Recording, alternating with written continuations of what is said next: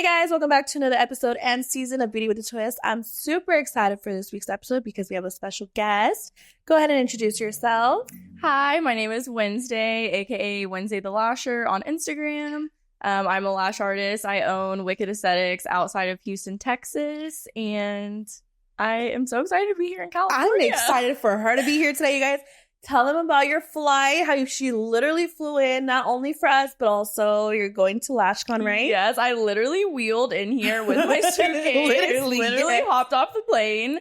But yeah, I'm going to be here for LashCon, so I'm so excited that it worked out for me to make this stop on my way down to Anaheim. I'm so excited. This will be my 5th year at LashCon. That's what I was just going to ask you. 5th year at LashCon? 5th year, which is insane. So how hectic is LashCon? I've never gone to, I'm not a lash artist, so I don't know, but I know that there's more things than just lashes, right? Yes, 100%. And they keep like expanding too. So actually, like, I'm going to be doing a wax demo this year, which, yeah, I don't even know like if there's ever been a wax demo at LashCon. And yeah, I mean, there's going to be someone teaching brow lamination there and like lash lift stuff. So it is expanding, but I always tell people it's like the Coachella of like the lash industry. Like, it's kind of like a music festival. There's like a bunch of different things going on at once, and you kind of have to like pick and choose what you want to go to. But it's cool. I think even like people that don't do lashes would benefit from it because there's a lot about like business and marketing and stuff too. Okay, where is that? It is in Anaheim. It's literally like across the street from Disneyland.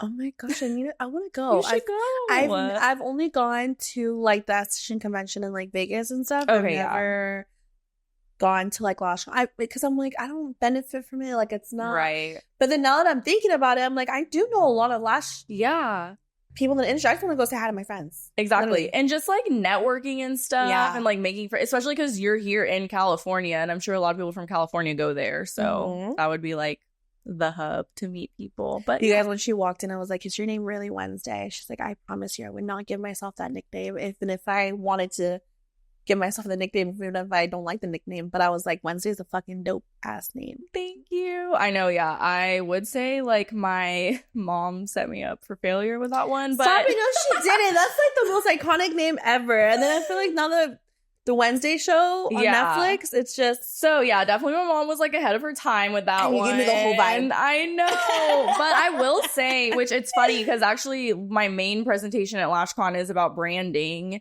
And I would say I probably had like an upper hand with like starting my business and stuff just because like my name, well, when I first started, my business name was Winks by Wednesday. And so yeah, it just made me like stand out, I guess. I don't know. Thanks, Mom, I guess. Tell me how you started then. So what year did you?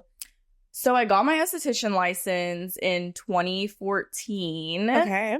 I was a waxer. Pretty new. Huh? Pretty new. 2014. Oh, I think it's 20. Why am I mixing my numbers?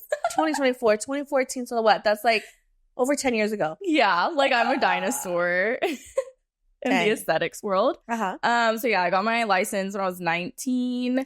So yeah, that just gives away my age right there. And I only waxed at first. So I went to esthetician school because I was obsessed with like eyebrows and waxing. And not to toot my own horn, I was the first person, I swear, like in my area to like start like filling in my eyebrows in like 2012. Like everyone was like, you look stupid. Like, what are you doing? But yeah, because I'm from like a small town outside of Houston. And so I remember like going into Ulta one day and Too Faced had like a brow palette, like something, you know, like an eyeshadow palette, but like a brow palette, and it had like stencils and stuff like that. And so I got it and I thought I knew what I was doing. Obviously I didn't, but I mean, when anyone starts filling in their eyebrows, they have no idea what they're doing. So did you do like the huge blight? Oh yeah.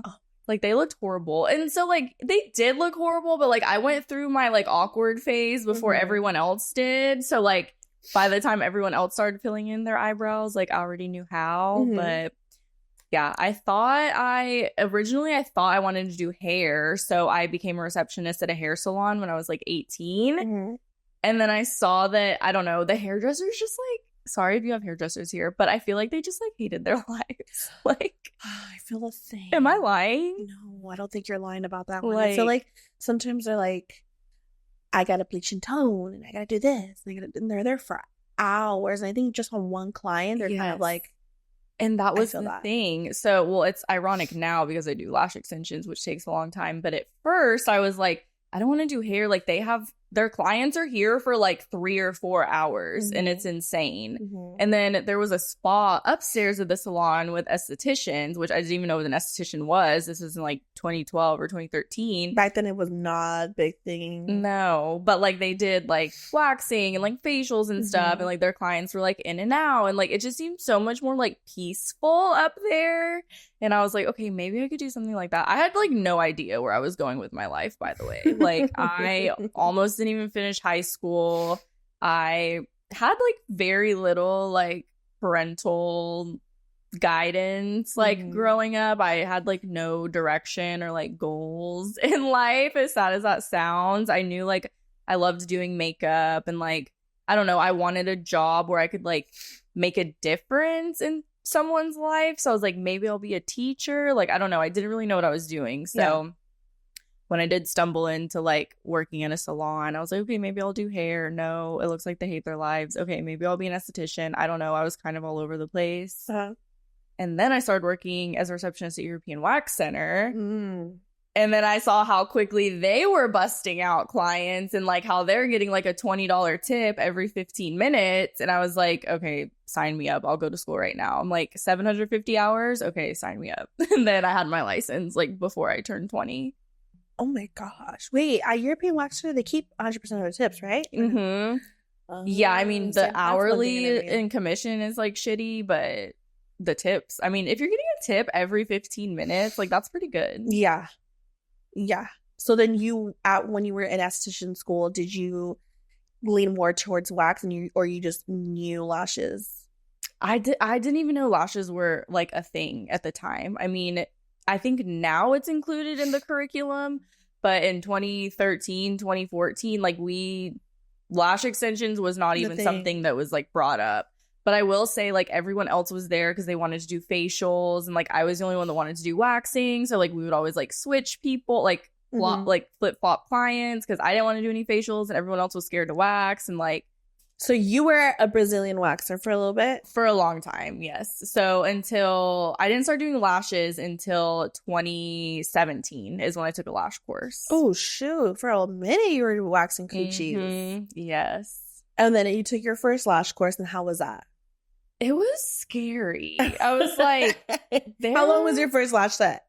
Oh, like 4 hours, and I maybe got like 20 lashes on each eye, which, by the way, like I was broke. Like I was like 22. I opened my first credit card to put the lash course on. The lash course was probably like $500. Like I didn't even have $500 to like take a lash course.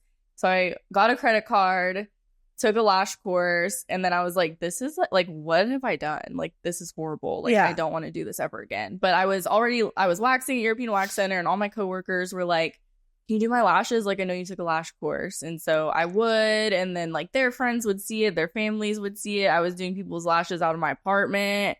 Like, yeah. So then after you left European Wax Center, and then you started doing lashes full time? So that's the thing with the European Wax Center. If you want to leave, I mean, every like location is different, but most of the time, like they'll try to like, I don't know, like sue you or something. Like if you leave and you're like within a certain distance and you like have the same clients or whatever. So the reason I took a lash course was because I was like, I am going to lie and say that I'm quitting to open a lash business, but like I'm gonna take all my waxing clients basically. But what happened was more people wanted lash extensions than waxing, so it kind of just like snowballed from there.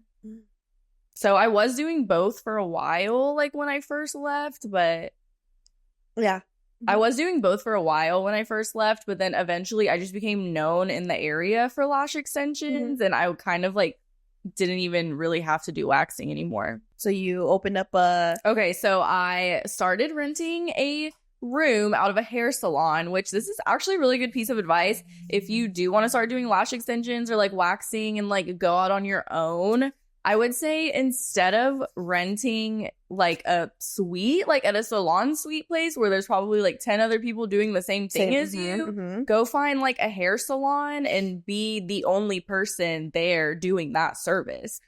Because then all of the hairdressers are going to send their clients to you. Smart. So that's what I did. You know, speaking of that, I have a friend that does nails and she rents from a hair salon and she's like always booked. Even in this like economy right now, is like everyone is like going through, you know, the slow season.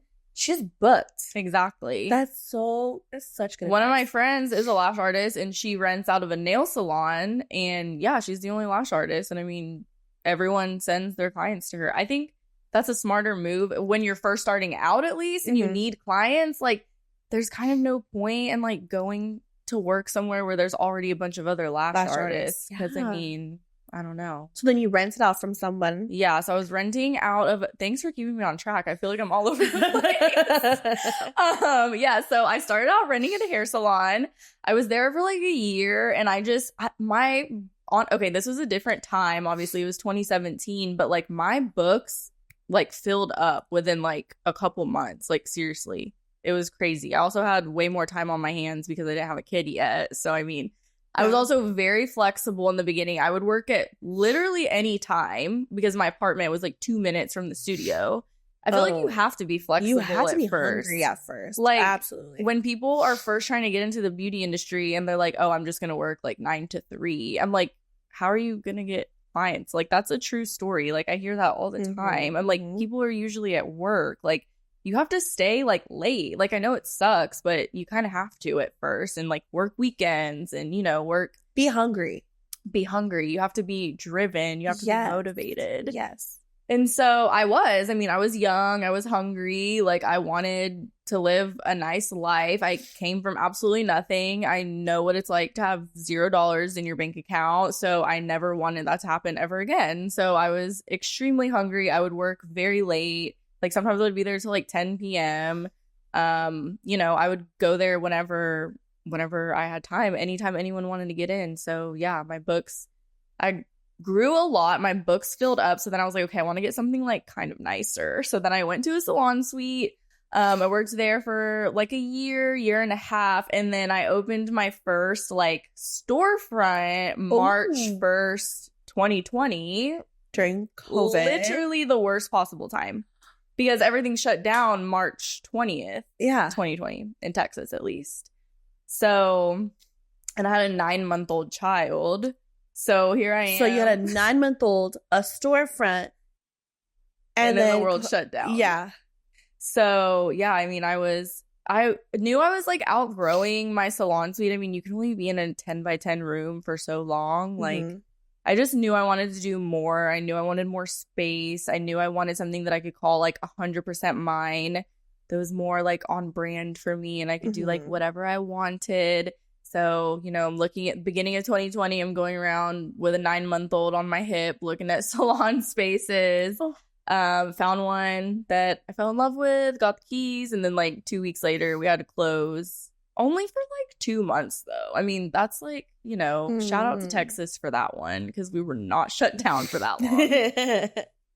Yeah. Was it already fixed, or were it kind of like you had to like fix up the whole thing? Oh, okay. So the space that I moved in, it was literally move-in ready. Oh, that's the best. That's another piece of advice. Like, you don't have, I don't know. Like, did you have to build this place out? Okay. Like, it is, I've said that multiple times. Like, make sure you find a space that's already like done. Okay. I didn't want to throw shade because I was going to say that is like the biggest, like. Throw some fucking shade at me, girl. I know. I spent thousands. Okay, so my new space that I'm in, I moved into a new space this year, March 1st of this year. It's 5 years later. I got a new space, and I negotiated that like they did the whole build out. They just made my rent like a couple $100 more than they would have, but they paid for everything because I didn't want to pay for that out of pocket. Oh my God, you can negotiate? You can negotiate anything. Always negotiate. Always look at your lease. Other things I wish I would have negotiated in my first space was like, if my like AC went out or something, I had to pay for like the first $500. Like, if something was wrong with my door, I had to pay for that. I just thought like, oh, I'm leasing a space. Like, it'll be like living in an apartment. And like, that's just not the case. And you can negotiate literally anything. Like, you can make up your own anything. I'm about to call my motherfucking landlord and be like, listen, I'm fucking lowering my rent, okay? No, literally. I'm about to call his ass right after this. So then after that you did that, you closed down your storefront. Did you realize it was hard? You just didn't want to work with... Did you want to do like booth renters or employees? Like, what was your plan? Okay, so I never like I still had it for 5 years. Like, I never shut it down. Like, during COVID, we were only closed for like 2 months. And then we just went back like nothing. We just picked right back up and everything was fine. But yeah, I had renters. And then I transitioned to, I ended up getting employees like a couple years in. So then I had half and half. Like, I had half employees and half renters. And like, another thing, like, that's very confusing. Like, I would say just pick one or the other. And then I ended up going back to just having renters. And in my current space now, I just have renters as well. I just got a bigger space. And I have more renters. But yeah, I would say like, everyone always asks me, like, is it best to have employees or is it best Everyone to have wants to know. renters? And it's like, it's just up to you and your lifestyle and like what you're willing to do and the amount of work that you're willing to put in. Because of course, obviously, having employees, you will make more money, obviously. But it's like, do you want to work that hard? I don't want to be giving my son a bath and like my employee is texting me that like something's wrong with her client. Like, I don't want to be held responsible for that. I don't want to fix other people's mistakes.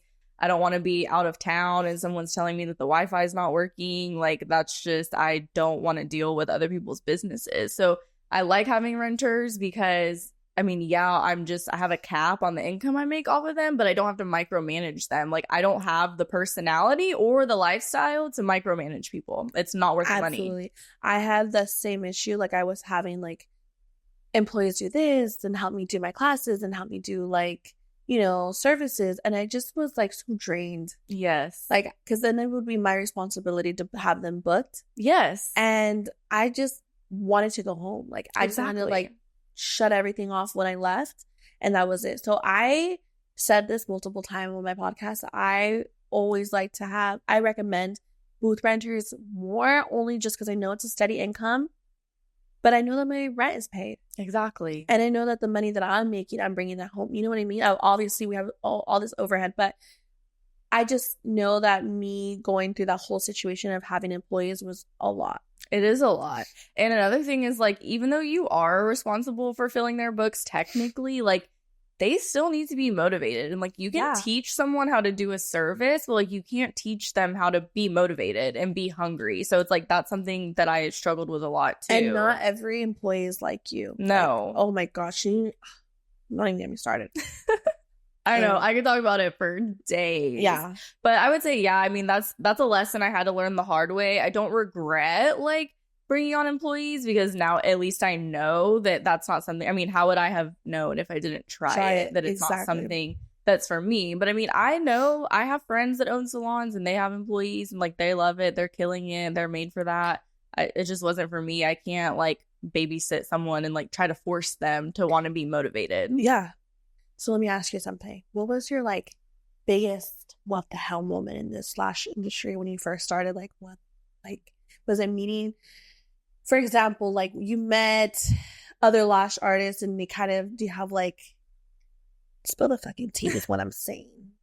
So like when I first started? It doesn't matter. What's the biggest what the hell moment joining this fucking, let me tell you something about this lash industry.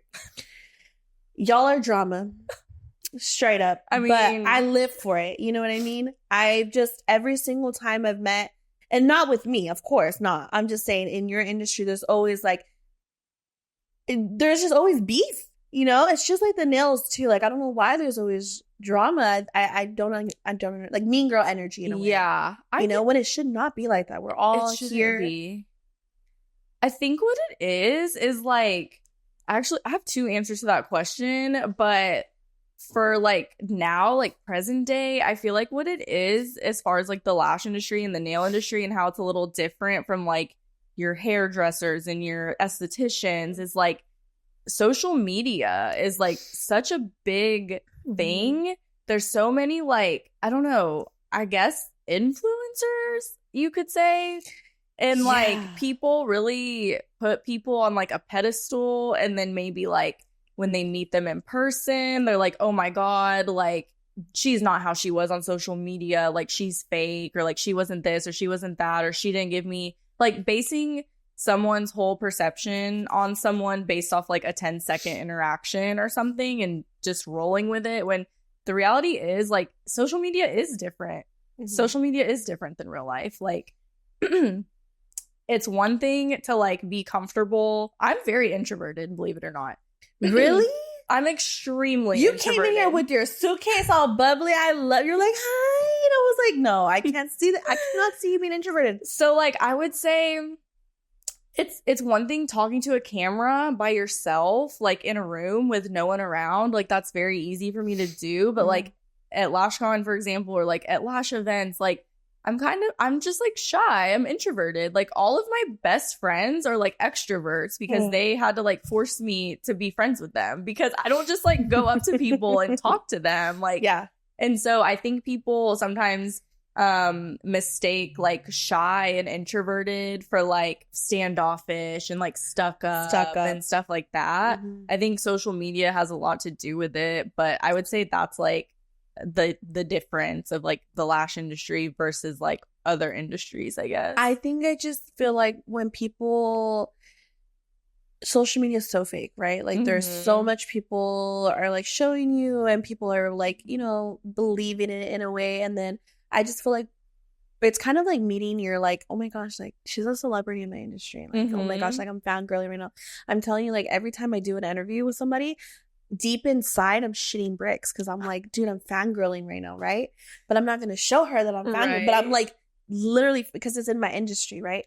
So I feel like people have the misconception like when they meet them in person, and that's why they talk so much shit, because they're like, they were actually really bitchy and really rude. But it's like really not what it is. It's like there's so many things going on around me right now. So many things. And if you've ever been to these like shows, they're crazy. It's so crazy. And like what a lot of people don't realize too is that like, I mean, I'm just speaking for myself, but a lot of other people there, like, we're working. Like, I'm going to be so stressed. Like, I love LashCon, but I'm going to be so stressed for, like, the next 3 days because I'm speaking 3 times. Like, I have to practice my presentations. I have to be on. I have to, like, answer people's questions. And I'm also doing, like, a wax demo. And then I also have to, like, you know, there's so many different, like, parties and stuff like that. And so it's kind of just, like, I'm, like, I don't know. There's just a lot that I'm clocked in right now. Yeah, like I'm clocked in. That's the best way to put it. Like I'm clocked in. So yeah, I'm not gonna, I don't know. And you never know what someone's going through either. Yeah. Like what's going on in their personal life, or what they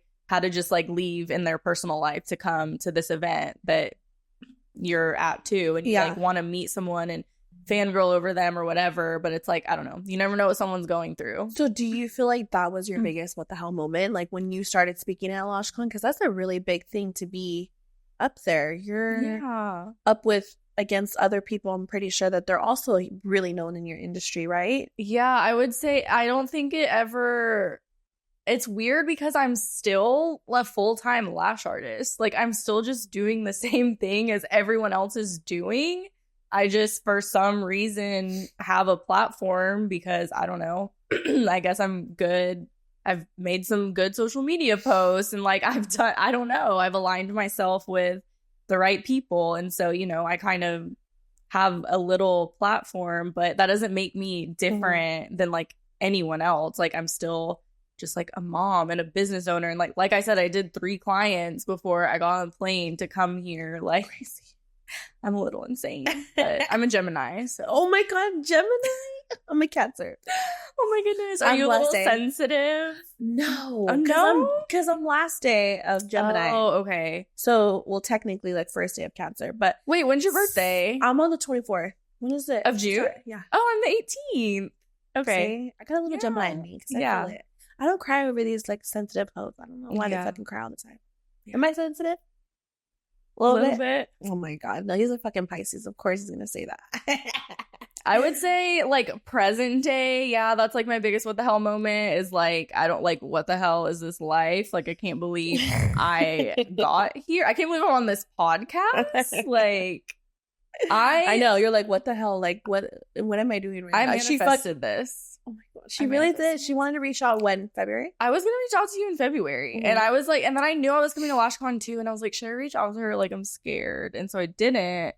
Because I'm an introvert and I'm nervous to talk to people. Stop. How are you introverted? But you're doing, so what we do, we lurk on our guests. Okay, that's what we do. We make sure we check your profile. We kind of get like the gist of like history about our guests. So I've seen photos of you when you've posted on there, and there's like so many people. How the hell are you introverted up there? You might have, are you taking a shot or something before you're like, okay, I need to loosen up, or like, so what I'm asking is like, how, like, it's easy how do you do reading off a slideshow. Like, that's what you do. Like, it's a presentation. You know what I mean? So it's like, I have bullet points. Like, I know what I'm going to say. Honestly, I feel like I would rather talk to 100 people than, like, be, like, one-on-one with someone. Like, that makes me more nervous. She's shitting it right now is what she's saying. Yeah, like, really? This makes me way more nervous. Or, like, when I'm meeting a new client for the first time, or, like, if I have a one-on-one student or something, like, I would much rather have a class of 10 than, like, one. Like, that makes me more nervous, I feel like. I don't know what it is. Yeah. I'm like, crazy. So you mentioned that one of your, you're talking about, like, branding, right? So give us a little gist of it, like a little sneak presentation. About like a little sneak peek. I just want to know. Yeah, of course. Okay, so I would say a lot of people are always wanting to know, like, oh, like, what's the secret to, like, getting booked or, like, getting fully booked, or, like, I feel like I'm missing something, or, like, I mean, there are a lot of things that go into it, obviously, but I would say, like, the first thing you can do, like, right now that's, like, easy to do right now is just, like, lean into yourself and, like, your personal branding, and make sure, like, you have that everything is, like, as cohesive as possible. I would say, like, that cohesiveness and consistency, like, within your business and your branding, that is going to take you, like, from your business looking like a hobby to your business looking legit and serious. Like, even if you're spending $0, you don't have to spend, like, hundreds or thousands of dollars on, like, to hire someone to, like, do your branding or whatever. Like, you can start right now by just, like, showing up as yourself on social media, having, like, consistent branding within, like, your social media, your website. You should have a website. If you don't, your booking site, just having, like, an online presence beyond social media, and then just having, like, I mean, your salon too, the way that you care for your clients. I go, like, really in depth into it. Basically what I have, like, how I like to envision branding is, like, a cake, and, like, that's how I have it on my slideshow. So I say, like, this is what most people think branding is, and it's like a cupcake, and then, like, the icing on top is like logos, fonts, colors, but it's like your brand is really like a layered cake, and there's different layers to it, and you have to figure out all those other elements before you can really figure out, like, your colors and your logos and, like, the fun stuff. So, like, you have to figure out, like, you have to dig deep into your story. What's your mission? What's your target audience? What's your client experience like? Yes. I believe I have, like, 9 bullet points. I was practicing my presentation on the plane. Oh, it shows. But really the whole point of the presentation is, like, branding is not just like, okay, these are what colors I'm going to use, and, like, these are the fonts I'm going to use. That is, like, important, but you have to figure out everything else first. You have to dig deep. There's layers to your business. And honestly, like, once just doing that, that's going to set you apart from everyone else that's doing the same services around you, because you're going to look like you're taking it a lot more seriously.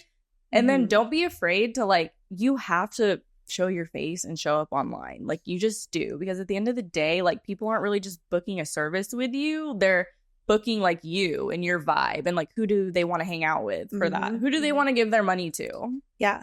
And that makes so much sense, because in order for you to, like, for example, I feel like I'm going to give myself an example, like, my brand, I feel like it's the way my aesthetic looks like, the way it smells in here, just every single detail you know? And then at first, when I first came into an esthetician industry, I wanted to do so many things. I was into lashes at one point for 5 seconds of my life. And I was like into so many things, and I wanted to be an all one-stop shop, and that was going to be my story, right?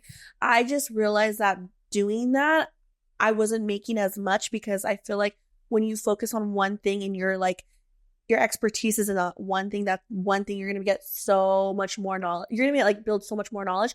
You're going to make the most money on that. So exactly. I just focus myself on skincare, wax, and brows, and that's it. You know what I mean? Because it's easier to be like known for one thing. Like I said earlier, I just became known for lashes like without even trying. So I was like, okay, I'm only going to really like promote my lashes and just like be known for lashes. And then the other presentation that I'm doing is about waxing and add-ons. And so basically the main premise of that is like, it's okay to like just focus on lashes and like that be your main like pinpoint when you're marketing. But then those clients, you can like add on the other services that you offer and make more money from that, especially waxing. Like it takes like no time once you get good at it. So do you think, because I've had someone really big on this podcast, I'm not going to say names, but she's amazing. She's a waxer. Well, she doesn't even wax anymore. She owns a waxing company. Ooh. And she said that lash artists basically don't make shit. Okay. That's basically what she said in a way, but very much nicer. Okay. Mm-hmm. Because, and it also takes a toll on your back. Would you rather wax in 7 minutes and make $65, or on a 2-hour lash set you're making $150 or whatever she said? Like, you think as a lash artist, because it does take a toll on your body, you should give advice on to add in waxing services? If lashing is taking a toll on your body, you do not have the correct setup. I have been lashing for 9 years and I'm fine. I'm fine. Yeah. Waxing, you're standing up all day. Like I love waxing. Like I'm not shading waxing. Would I make more money if I only did waxing? Yeah, probably. I would. If I only did waxing and I was doing a Brazilian every 15 minutes, like. But again, it's like now that I do lashes, like I don't want to do a Brazilian in 15 minutes. Like I want to book it for 30 minutes. Like I want to take my time. Like, can I do a Brazilian in 7 minutes? Yes. And like, if that's what works best for you, like that's fine. Definitely do it. Always do what works best for you. What works best for me is I would rather book it for 30 minutes and like that's me. Have the time. Do you book yours for 30 minutes? Mm-hmm. I would just rather do that. And like, I don't want to run. Like, first of all, my room is upstairs. So it's like if someone, let's say their appointment time is 15 minutes and they come in and they have to go to the bathroom and then they have to come upstairs and then they have to undress. By the time they get on my bed, like I only have like 5 minutes left. And like, how am I going to talk to them and check them out and pre-book them and tell them about products? And like, I don't know. I just don't like want to be, I'm in my 30s. Like, I don't want to be rushed anymore. Like, seriously, I don't want to be rushed. I just want to like take my time. I want to charge a lot so that I'm giving the value of it too. And then, okay, so second bullet point on that is if you're not making that much money as a lash artist, you're not charging correctly. So I changed my pricing to hourly. So my prices are $95 an hour. So like no matter what you're getting. So if you're getting classic, mega volume, whatever, it's $95 an hour. Because like I said, I've been doing this for a long time. I can do anything in the same amount of time. And also, I feel like I could talk about that for days. That is amazing. I'm about to tell my lash tech here. No, literally. That is amazing to do. Because also, like, here's the thing is, if someone's never gotten lash extensions before, they don't know if they want classic or hybrid or mega volume. They don't even know what that means. Like, my service menu is literally full set, fill, extended fill. Like, that's my service menu. Oh, so you don't do, like, classics, hybrids, wet set, volume. Oh. No, because it's not up to the client to tell me what they want. Like, I'm going to tell you what looks best on you. Oh, I love that. Based on, I mean, obviously based on their inspo, but it's like, if someone has a ton of lashes, they can get away with getting, like, classic or, like, a wet lash look and, like, it still look really full. But and if someone, like, let's say a 60-year-old lady comes in and she's like, I just want something natural, I just want classic, that's going to look crazy on her because she probably only has 10 natural lashes on each eye. So, like, she's going to need, like, mega volume. Not mega volume like what you're thinking. Like, not crazy, but it's just, like, mega volume fans like in a tasteful way to suit what she's wanting and what her natural lashes are like. You know what I mean? So it's like, as a lash artist, emphasis on the artist, your client can tell you like what they want, but it's up to you to determine what's going to look best on them. Like, you should be able to tailor a set based on their natural lashes, their eye shape. There's classes that show you like face shape and like how to tailor lashes based on that. So it's like, I don't really, you know, and again, clients don't know what they want either. If they're going to book with you and you have 5 different lash options, they're going to get confused. Like, that's information overload. So let me ask you, if I'm the client, and let's say you went over 15 minutes with me. Went over? Is that still the 95? Well, that just, like, doesn't happen. Like, I don't... What if it's like an hour and 15 minutes? I'm asking for myself. If it's an hour and 15 minutes. Like, and I charge $95 an hour. Like, if I'm going over, it's because I want to go over. I love it. She's set with her prices. Like, yeah, no, because, and I mean, they can book an extended fill, which is an hour and a half, but it's like, I'm booking, like, when you're booking an appointment with me, like, you're requesting that time. So it's like, you're booking an hour with me, so you're getting an hour with me. If you come in to your 2-week fill and you only have 10 extensions on your lashes, like, you should have known to book longer. My clients know. Like, how upset does it make you? Because I know it makes my lash tech that works here, she's like she came in for a fill, there was 2 lashes on her. Ladies, real quick. See, that's another thing is, like, it says you have a 1-hour fill appointment with Wednesday. So, like, if you are coming in and you have 2 lashes, like, you're getting an hour, like, because that's what you booked. So it makes it easier, you know, like, so clients don't take advantage of you as well. And then also, if someone wants classic, but it takes me the same amount of time to do volume, like, why should I make less because you want something more natural? Like, it takes me the same amount of time and the products cost the same. Like, you know what I mean? That's what works best for me. So that brings me to my next question. What's one of the lash trends that you secretly can't stand right now when someone shows you an inspo picture? Oh, well, I know there's that Korean lash. Oh, lash lifts? No, like they're like spikes. Oh, like anime lashes? Yeah. Do you like that? Like, okay. Be real. Because you're already beating around the bush. Can I just say really quick before you answer? I low-key like it. You do? But not for me.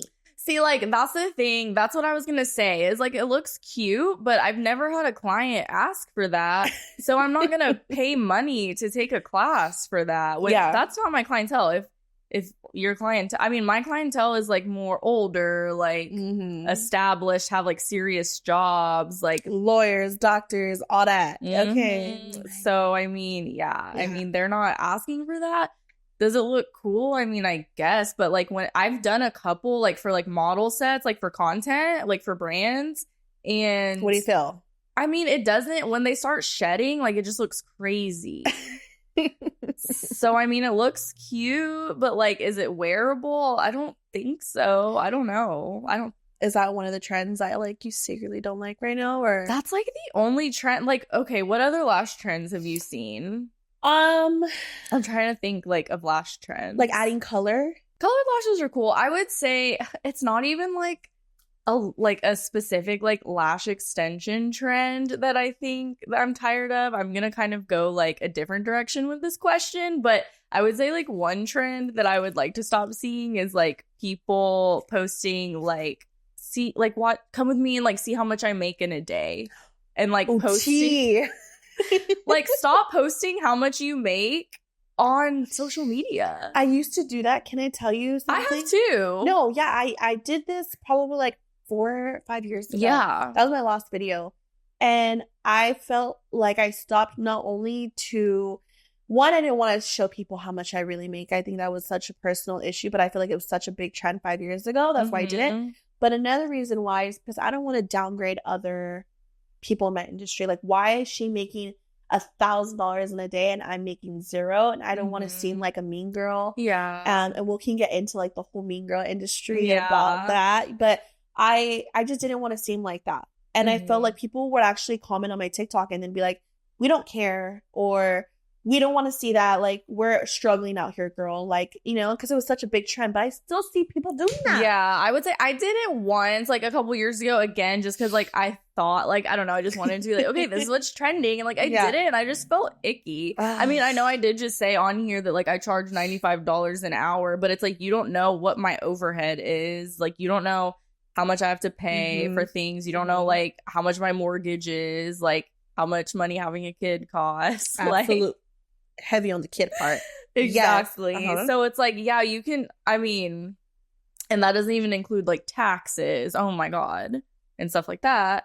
So anyways, yeah. And I think it just kind of like downgrades like the beauty industry in general. And like kind of, I mean, you don't see like lawyers posting like how much they make. How much I made today as a lawyer. Like, I don't know. I just think like we should stop. I think we should. Oh my God, that gave me the ick. Yeah, because I used to do that. Me too. But it's like, that's why I can say like, I've grown. Like, you know, you don't want to do that. And then here's the thing is like, then in turn, you know, people want to say like, oh, the lash industry is dying, this, that, and the other. Like, I hear that on TikTok and stuff, which the lash industry is not dying. Is it not dying? By the way, it is not dying.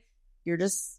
I'll get into that in a second. But I was going to say, it's like, if maybe clients aren't coming to you because you're like flexing how much money you're making, and then they're like, oh, like, I don't want to, you know, I don't want to fund your lifestyle. Maybe they're like jealous of you. I don't know. That's a real thing. Like, people being jealous and like whatever. At first they thought like, oh, I'm doing this girl a favor by like coming to her and like booking with her and stuff. But now you're like flexing how much you make, and... You know. I feel like they wouldn't even go to you. Like, she has enough money. She don't even need to come. See? Which, like, again, isn't the case. Because, yeah, let's say you're like, oh, I made this much. Like, that doesn't... You're not showing, like, where that money's actually going. It's not all going in your pocket. And you're not making that tomorrow. You're not making that right now. Yeah, people like, maybe that's the only day you were booked this week. Yeah. And tomorrow you only have a brow wax. And that's it. Yep. Which is fine. But... How about... clusters? Maybe that's why they're saying the lash industry is dying, because we're going to DIY it from TikTok and we're going to do it at home, and we're going to save ourselves the $95 an hour and we're going to do it ourselves at home. I mean, yeah, good luck. I mean, you can try. I will say, I tried to do my own nails this morning. It was very bad. Like, and it wasn't even like a money thing. It was just like, I don't have time. I'm like, oh, damn. Like, I'm about to be in California. I don't even have my nails done. So I tried to do them this morning, and they just looked bad. Like, there's a difference between like getting something done by someone that actually knows what they're doing than you like DIYing at home. And like, there's absolutely nothing wrong with DIYing at home. Like, if that's what's in your budget and you don't see lashes or nails as a like as something you need, luxury, that's totally fine as a luxury. Yeah, like I don't want to buy a designer bag. I never have and I never will. And I know a lot of people that do, and like that's fine. But it's like, I'm gonna spend money on like lashes and nails and hair. You know what I mean? So I don't think it's right to like shame someone for like what they want to spend their money on. Like, for example, like, oh, I would never spend that much on lashes. Or like, I was listening to your episode with the tattoo artist, and like her prices are like really high for tattoos. And it's like, there are people that like, that's like nothing to them. Like, they don't mind spending that on a tattoo, but because they know. Yeah, there are people that would spend that on a purse, and like, that's fine. And like, I'm not one of those people. So then why do you think they say the lash industry is dying? What is it that is for me? I can't live without my lashes. Same. Like, I get my... Don't look at them right now. I know she's judging me. No. I have a fill tomorrow. But I can't... I have to have my lashes done. I've tried clusters. I'm not even going to lie to you. And I cannot do them. I cannot. Exactly. I literally struggled. Okay? They're just uncomfortable. They're uncomfortable. Like, you cannot feel lash extensions. Yeah. I would say if people really do think the industry is dying, which, first of all, I see more like lash artists posting that than like people that aren't lash artists. Like, it's lash artists that I see on TikTok. Like, I think this industry's dying, or like, I'm really slow, and like, I've never been this slow. And first of all, mindset is everything. If you are speaking it into existence, then that's going to be the reality. So if your business is slow, that's because you're saying it's slow and you're thinking it's slow. Like, you kind of have to gaslight yourself a little bit. I'm fully booked for the rest of the year. You can't get in with me, okay? I am fully booked. I am so busy. Because here's the thing, even if you're not busy with clients, like you're still a business owner. Like use that time to do other things, even if you're not taking clients. Like instead of saying, because I will say at the beginning of this year, like my calendar, like I did not have very many clients on my books, especially when I was like transitioning into moving into my new studio.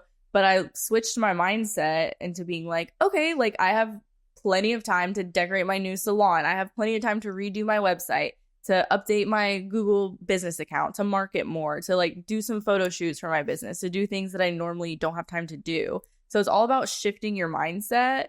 The lash industry isn't dying. You're just maybe not spending enough time on your business for it to grow. That all goes back to branding as well, honestly. And I love that you were so vulnerable right now and said that, yeah, in the beginning I was, because people think like we're so booked, we're so busy, and like, how can she have this? Like, how is she? Again, social media is all a lie. There's some people that have, they say 6 lash sets in a day. That's great for them if they do. But it's like, it's so nice to hear that someone that's so big in the industry, not busy. Yeah. You know?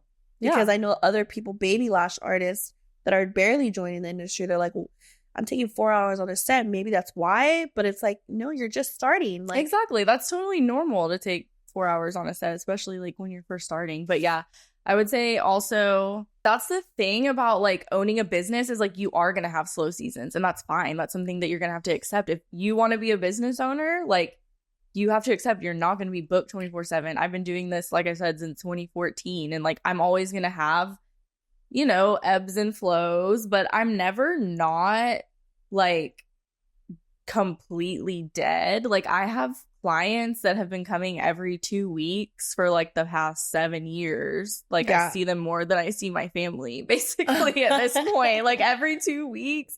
So it's like, I don't know, really just like I said, it all goes back to branding, just like making sure you're delivering like the best experience possible to your clients, because they're going to be looking forward to come to you every 2 weeks, every 3 weeks. And that's something that they're not going to take out of their budget. Yeah. And you know, another thing too, which I really want to get into some tea. A baby SD in the lash industry, she wants to do lashes. Like she's going to be joining these lash cons, right? Is there like cliques at these events? Because, you know, for example, for me, when I go to these big shows, right, I see like this brand with this people, and like they're only with their people. They don't kind of, let me give it one example. I was going to buy one of my dream machines and I wanted it so bad. And I went to their booth and they treated me like absolute garbage. Like didn't think they knew who and that's what I'm saying. Like I'm not nobody, you know, but it's kind of like mean girl energy in a way, you know, like because I didn't have a platform in a way to them. Yeah. And I think that like broke my heart, because I'm like, dude, I really was going to be a customer, but now I would say like, okay, so I can't speak like for everyone, because I know there are definitely like some like bad apples that like definitely are like that, maybe like entitled, stuck up, maybe their platform has gone to their head, whatever. But I would say like 99% of the time, like it's not cliquey, it's just like a community. Like it's not mean girl energy, it's just like people that are familiar with each other and like already have like a bond or like a friendship. Because the biggest thing about these events like LashCon, and like there's another really big conference in Texas that I love called Lash Boss Summit. Like that's another big lash conference that I always go to. I would say I've been going to these for years, and a lot of people have been going to these for years. And like, you know, the vendors and brands have been going to them for years. So it's like you kind of all build a rapport, not like on purpose, not because you're trying to be cliquey, but it's like the main point of these events, obviously to learn, but also to like network and like build relationships and build friendships. So it's like, I hate the clique term, because it's like it's God forbid people have friends. Like people aren't allowed to have friends. You know what I mean? Yeah, I get it. Like I feel like, I think it's, sorry, not to interrupt you. No, yeah. I get it though, but like I get it, because I haven't seen this friend in like over a year. I just want to say hi. Exactly. And it's like, I think it's someone saying that like someone is like cliquey is kind of like your own, what's the word? Your own like, why can't I think? I should have gotten a coffee. It's your own insecurity. Oh, okay. It's like projecting. Like maybe, I don't know, the way like people become friends and the way people network and stuff is by like getting out of your shell. Like I said, I'm very introverted, but I'm going to force myself to get out of my shell. Like if it's for my industry and like if it like helps my business and, you know, any like brand opportunity I have ever had. Like I'm a content creator for several brands. I've worked with several brands, like educating as well too. And the way I have built every single connection is by just like putting myself out there, going to these events, being a student, being an attendee, and getting out of my shell and putting myself out there. Like you can't, like growth isn't going to come from your comfort zone. Mm-hmm. And you can only connect with someone so much on social media. Like I would say if you like ever wanted to be like a speaker, like an educator, like work with a brand or something like that, you have to get in the room with them and you have to like make yourself known. And then eventually, like, yeah, y'all will become friends and y'all will build a rapport. And then, you know, you will be seen with them at a lot of events. But it's like, it didn't happen overnight. And it's not like people don't get like opportunities because they have a lot of followers or whatever, like they're friends. It's like they climbed the ladder and worked their way up. Does that make sense? You kind of just have to put yourself out there. Yes. And kind of like if you're to yourself, you're not very extroverted, which everyone is not extroverted. They're, like you said, you're introverted. If you want to be known, what you're saying is just go for it. Put yourself out there. Yeah. Even if you have a name for yourself and you're like not a speaker like Wednesday is, but in a way you're just trying to get up there. You just kind of have to find. I always say it's not about what you know, it's about who you know. It is 1,000%. You know, because also like these conferences and like because people ask me all the time too, like, you know, how did you become a speaker? How did you like become affiliated with this brand and stuff like that? Mm-hmm. And it's like, first, I mean, you have to be a little crazy and you have to pretend that you already are. So whenever, like, I'll give this example. I work closely with a lash brand called EBL Lashes. Mm-hmm. And I wanted to be an ambassador for them so bad. This was like in my baby lash artist days. And this is like when brand ambassadors were still like a big thing on social media. I feel like that's like not really a big thing anymore. I don't know.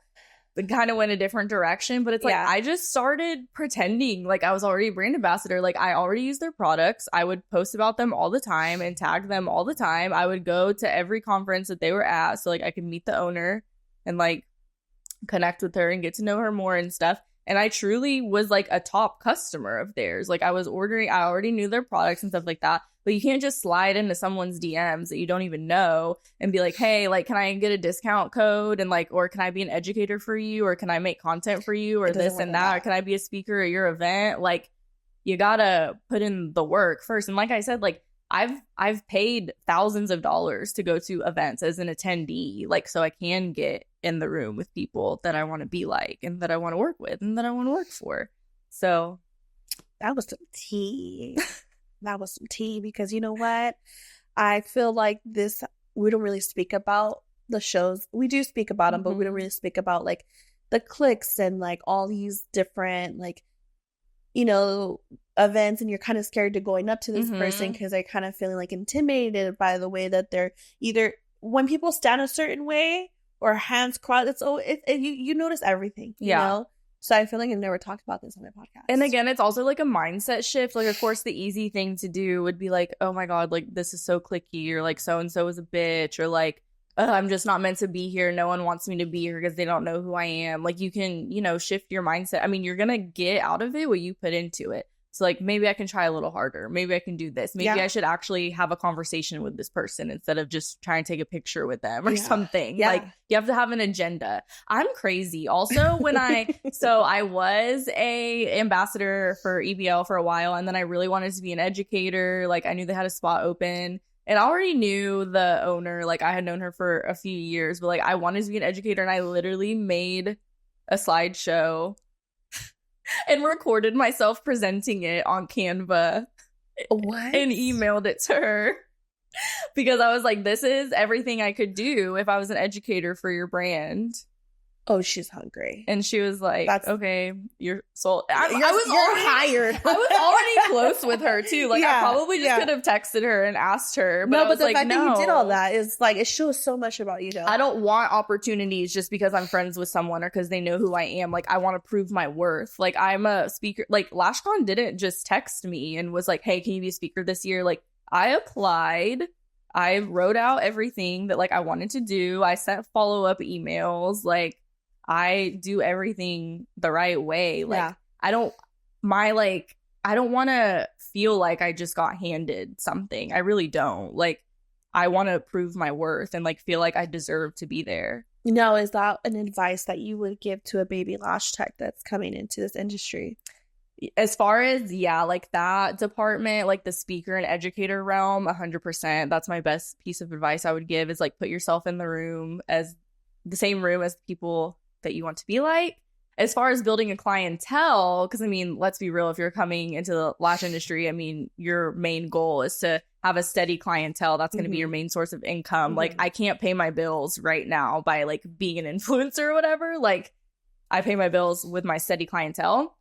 Something I wish I could have told myself as a baby lash artist is instead of focusing so much on trying to get new clients in the door, just focus on catering to the clients you already have and like giving them the best experience possible so that they are obsessed with you and they tell everyone about you and they'll build your clientele for you. Oh, period. That's good. Is it? Thank you. No, it's good because it's like, it's so true. Like, value your clients that you have now because then they're going to go and tell everybody about you. It's one thing to get a client in the door, like get a new client, but it's a whole other ballgame trying to get them to come back. Like, if someone is coming back to you, like, they really fuck with you. Like, they want to keep coming to you. Once you have those regulars locked in, they're locked in. So it's so much easier to just get them to be like, hey, can you leave me a review? Can you post about me in this Facebook group? Can you tell, if you send me your friends and family, like, I'll give you, like, 50% off each fill. Which, like, by the way, you got to do better with the incentives. Like, not $5 off a fill if you refer someone to me. Like, that's not going to get anyone to work for you. Like, I did 50% off for the very first time on my regulars, and can I tell you how much of a hit it was? Yeah, exactly. And I have never ever done that much of a discount or promotion ever. Yeah. And that shit was a hit when I tell you. And no, I know a lot of people, like, that's like a whole nother discussion about promotions and discounts and stuff, but I'm only gonna get into, like, I did it once and I did it for a minute and it was the best. I was like, oh my gosh, not only did I bring them in, right? And it was my regulars, but they were telling other people, and my Google reviews shot up. Exactly. So it was really good. Really good. One more thing. Speaking of Google, your Google presence is way more important than your social media presence. Like, that's how I got it up. Yes. Google. Utilize Google My Business. And then Apple just came, or it's kind of new, Apple Connect, which is kind of like Google. Yeah. So like now I just did it. Like, you know how you search a business on Apple Maps or whatever? And now you can customize it. Like, I put like my own banner and everything. Oh like, my gosh. Did you hear that, Adrian? That's my assistant. We're going to have to tell them. Yeah. Like, so you can like customize your Apple Maps now. And like, it's really cute. And so again, putting everything on brand, making sure everything is cohesive and on brand. But I love that. Yeah, like, not everyone has social media. So while social media is important, like, having a web presence overall is more important because, believe it or not, most of my new clients are from Google. They're typing in lash extensions near me. And then, because Google is it right now. How about Yelp? I don't fuck with Yelp, but I know a lot of people whose businesses have been really good for Yelp, but like Yelp, I've beefed with Yelp, so like I hate them. They're on my betrayal list. No, for real, because I've heard that's why I don't have. They just made me a Yelp, and I'm like, I'm scared. I just don't even fuck with it. But I like. And then I use Vagaro for online booking, and I have like 200 reviews on Vagaro. Yeah, that's me too. I don't use Vagaro. I use Booksy, but I think we're like at almost like 300. And it's the best. Yeah. Best. I think the reviews are there. It's like you going somewhere to eat, you know? And it's like, okay, is this like, we're going to look at, as soon as I say, I'm like, let me look at the reviews. Exactly. You know? And like, yeah, so if you're having like a slow season right now, like use that time to get all that spiced up. Before we end this podcast, last question. In a year, where do you see your business? Do we see any like your own product line? Because I feel like no, that's like a huge thing in the lash industry. They want to come up with their glue, their hair, the lash hair, I don't know what the fuck you guys call them, the tweezers too. Yeah, no, I would never do that in a million years, but no. It'll be so cute. I can see your whole campaign. If any lash brand wants to do a collab with me, like I'll design some stuff for you. That would be cute. But that's just like a whole other thing. Production, like I could talk about this forever, but I feel like a lot of like lash artists are like, let me start a product line as a side hustle. Let me start educating as a side hustle. And it's like, those are not side hustles. Those are brand new businesses. Like that is a startup. That is not a side hustle. So no, that would be like a whole new business. I would say. So my goal for the next year is to narrow down what it is exactly that I want to do and focus on, because I feel like I'm all over the place. Like if you follow me on social media closely, like I'm educating, I'm speaking, I do brand photography for people, I do websites for people, I do logos for people, I do online courses. I'm like all over the place. And then I have my clients and I have my renters. And so my goal, like you can't be good at everything. It's like we were talking about earlier. Like when you do all these services, it's like, no, you need to figure out what you want to be good at, what you want to be known for. So that's kind of what I want to try to figure out over the next year. I'm like, do I want to open multiple salons, or do I want to like really hone into my education, or do I want to do more like photography or like whatever? Like I need to figure out what it is exactly that I want to focus on. At least you're honest. Yeah. Yeah. I mean, I'm kind of all over the place, but I kind of thrive on chaos, just like I did 3 clients and then hopped on a plane and then came here and now I'm about to go to Anaheim. Crazy. And Anaheim is probably like an hour away from here. Shout out to you, though, for coming on here. Thank you for having me. Yeah. I'm honored. We always end this podcast with a quote. Okay. So whatever quote that you thought about on the plane, thought about right now as soon as you walked in, talking to me, whatever comes to your mind. Tell us your quote. So it's silly. It's a song lyric, but I always, in a lot of my presentations I've done, I always include it. It's that's so cute. All in her presentation, she includes it too. Okay, let's hear it. I live by this. You're gonna laugh. Stop it right now. If they hate, then let them hate and watch the money pile up by 50 Cent. But it's true. It's true. I live by, okay, because I know it's embarrassing. It's not embarrassing. It's so cute. Well, no, like it's embarrassing, like putting yourself out there as a business owner. It's like, so like they're gonna judge me. They're gonna think I'm weird. Like blah blah. If anyone's hating, it's from the bottom. Like if they hate, then really let them hate and watch the money pile up. That's what I live by. Please hate me. That's fine. I'm doing something right. Oh my gosh, I just needed to hear that right now. Yay. I'm gonna tell you why I needed to hear that, but. Anyways, thank you so much for coming on my podcast. Thank you so much for having me. Lash Techs on this season. So shout out to Wednesday, okay? Yay. Thank you so much. And I hope to see you on my next one. Thank you. Bye.